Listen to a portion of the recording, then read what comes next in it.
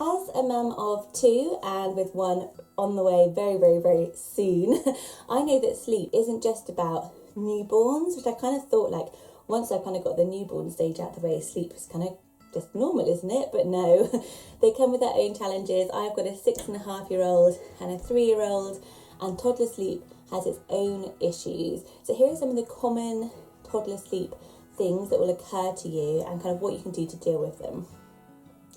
I've very cleverly chosen to climb up to my son's top bunk at about 37 weeks pregnant in a massive jumper from my mum. So I am literally boiling and huffing and puffing. But the first one can be if your toddler starts waking up at night and is really inconsolably crying and you just cannot get them to stop, you don't know what's going on, you start panicking a little bit, trying to wake them up, get them up, is something hurting them, all those things, and you sort of, once you've eliminated all of those kind of injury type of things, if it happens again and again, it's actually something called confusional arousal, which sounds quite odd. I thought my child was having night terrors, so they're really gone for a long time and they're very loud, almost like tantrums. But there's actually a really small percentage of children who would have a full-on night terror, and that's more like kind of, they'll be up out of bed, very violent, kind of really acting terrified and scared. Whereas confusional arousal is when they're in their bed, they're crying a lot, they don't seem to be quite awake, but the crying can be super duper loud, and you do have to do something to try and stop it, of course, because it can go on for quite a long time. So what I do is, first of all, try lots of bad things to do. So they're not awake, so there's no point really talking to them and asking what's wrong, because nothing's wrong, they don't really know what's going on. There's no point doing any sort of rewards for this, for going forward, because again, they can't remember it in the morning because they weren't fully awake. So you've just got to try a little tenderness, which is one of my parenting mottos. When I don't know anything else to do, I just go really, really nice and empathetic, and I'm just like holding his hand. He'll push me away sometimes. I'm like, mummy's here, mummy's here, mummy's here, and patting his pillow to try and encourage him to lie back down again. And just being really lovely and reassuring them that you're there and that they can lie back down and everything's going to be okay. It's just sleepy time now, it's just bedtime. And eventually he will kind of calm back down. If he's really in a frenzy and kind of at the height of it, I do something, which I don't know if this is advisable, but I'll pretend to be shocked. So I'll go, what was that noise? What was that noise? Shush, shush, what was that noise? And it kind of just shocks him out of making this noise, and he'll kind of go and listen as well. And then I'll either be like, oh, I think it was an owl outside, or oh, I think it was the neighbour who just woke up. We've got to be really quiet now. Come on, let's put our heads down. And like, honestly, like maybe 8 times out of 10, that works. We're not, he's not. But we do go through stages where it happens all the time, so you're not alone if this is happening to you. There's nothing to be scared of. They're not having some sort of awful trauma that they're reliving in their minds and having these horrific nightmares. It's just as they're getting older and their brains developing and that imagination's coming in, they're less able to sort of stay fast asleep all the time. They're just waking up a bit confused, and it's just our job to be really nice to them and try and get them back down, and they will grow out of it again. I'm down from the top bunk safely. I've hauled my bump down, and I am by my toddler's bottom bunk now to chat about nighttime wheeze. So obviously when the child is around 2.5, 3, you start potty training, and the question is, should they be straight away dry at night? I know some kids are, and actually my second child has been pretty much dry at night since he started potty training. He's just able to do that, but we do still use the pull-up dry night pants, just to be on the safe side, and they've occasionally had a little bit of wetness in there. And we got the Spider-Man one, so he's quite happy to still wear those for a while. And you can buy the mattress protectors, so if you are sort of starting potty training, it's worthwhile doing that, because it is really difficult to get up at night if you do have a bedwetter. Bedwetting is so normal, and not being dry at night is totally normal as well. My oldest son wasn't dry at night for a long time.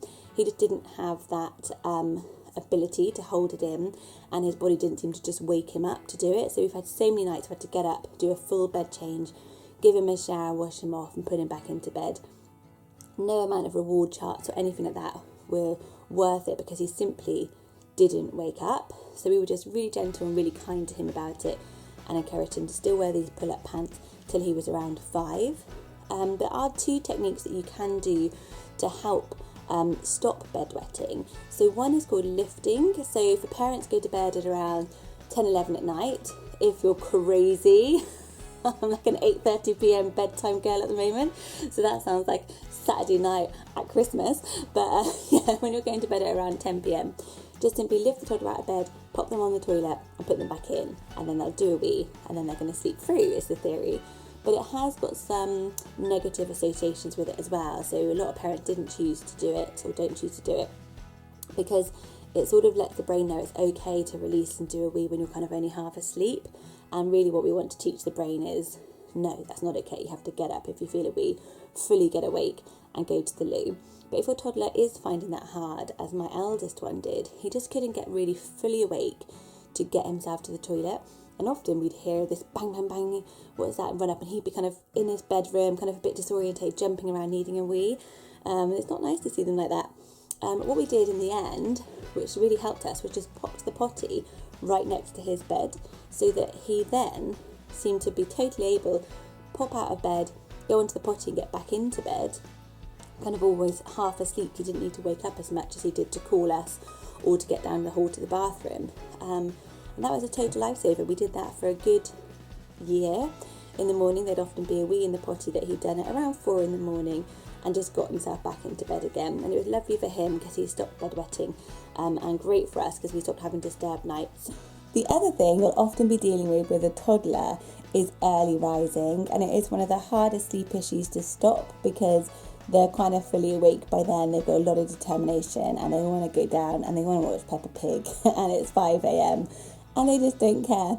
So it has to be a slowly approach of this one. The best thing on the market for this is the Grow Clock, which we've had since our first baby. It basically, because they can't tell the time yet, you can teach them. It comes with a little book. It shows the sunshine. You set it to the time they're allowed to wake up. Maybe let's say 9:30. Optimistic. Oh, and then you press the little button and the sunshine gives a wink and turns into a star, which obviously then for a toddler, they know that when they have to stay in bed until the sun comes up again. And the star does a countdown, the stars go round and round. So our little boy, we then said when it gets to like 1 star, you're allowed to get up and play in your bedroom, but you can't wake up mummy and daddy. And that's a really good one. And I would just set it like at 10-minute incrementals to kind of get it back and back every single morning. So have you had any of those experiences with your toddler? Is there any other techniques you have that you can help teach me and all the other mums who are watching this? Do just comment right below on YouTube, and you can give it a like and subscribe so you don't miss any other vlogs from me. Thanks so much for watching. Wishing you really good, peaceful nights. Take care. Bye-bye.